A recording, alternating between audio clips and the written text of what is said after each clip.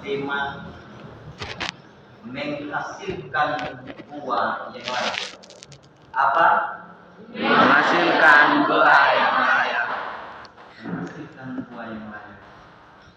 Saudara-saudara yang terkasih, sebagai pemuda, kita berada di masa-masa penuh potensi dan tantangan.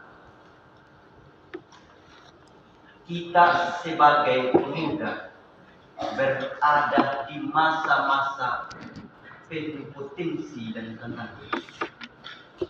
Saudara-saudara yang dikasihi Tuhan, kehidupan kita diwarnai dengan pilihan-pilihan yang akan membentuk karakter dan masa depan kita.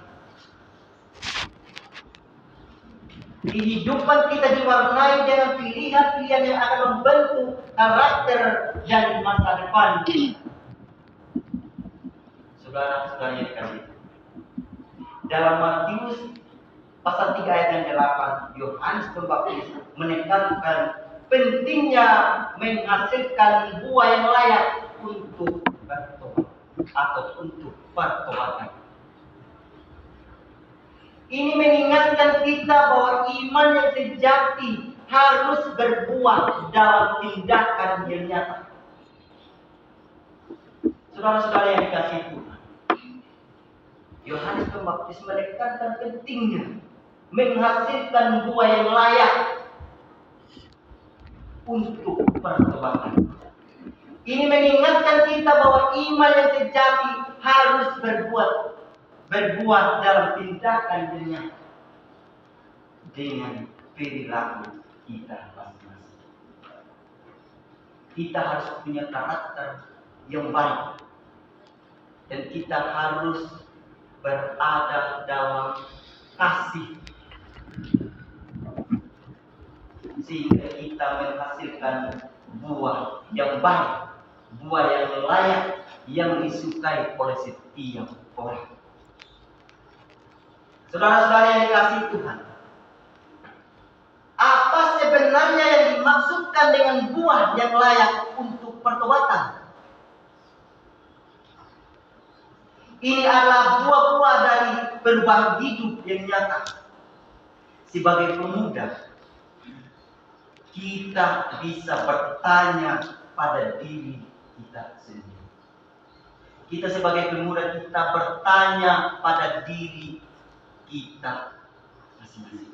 Artinya, apakah saya sudah layak menjadi buah yang layak atau buah yang baik atau tidak? Tentu pertanyaan atau jawaban ada dalam setiap kita masing-masing. Saudara-saudara yang dikasihi Tuhan, apakah hidup kita mencerminkan kasih, keadilan, dan integritas?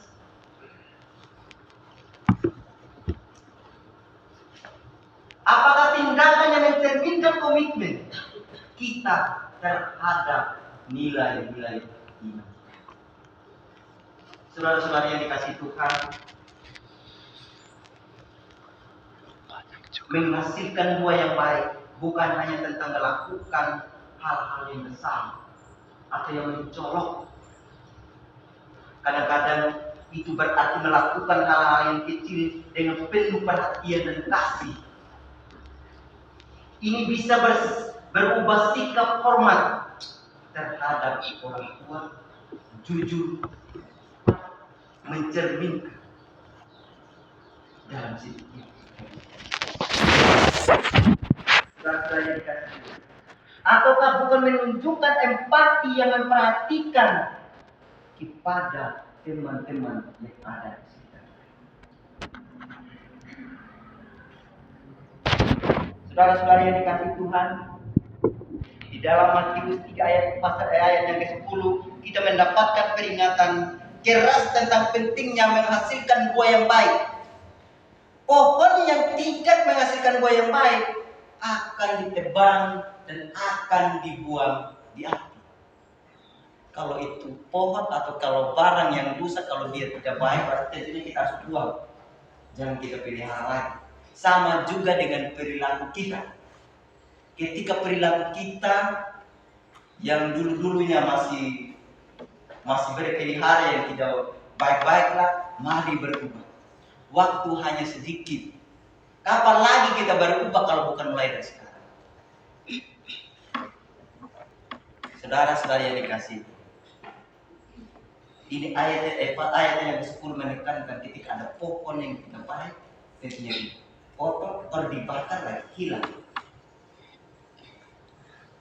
Saudara-saudara yang dikasihi Tuhan,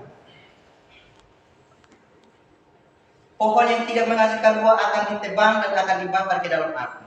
Ini bukan hanya tentang peringatan tentang akibat dari tidak menghasilkan buah, tetapi juga sebuah panggilan untuk merenungkan seberapa seriusnya dalam hidup kita sehari-hari.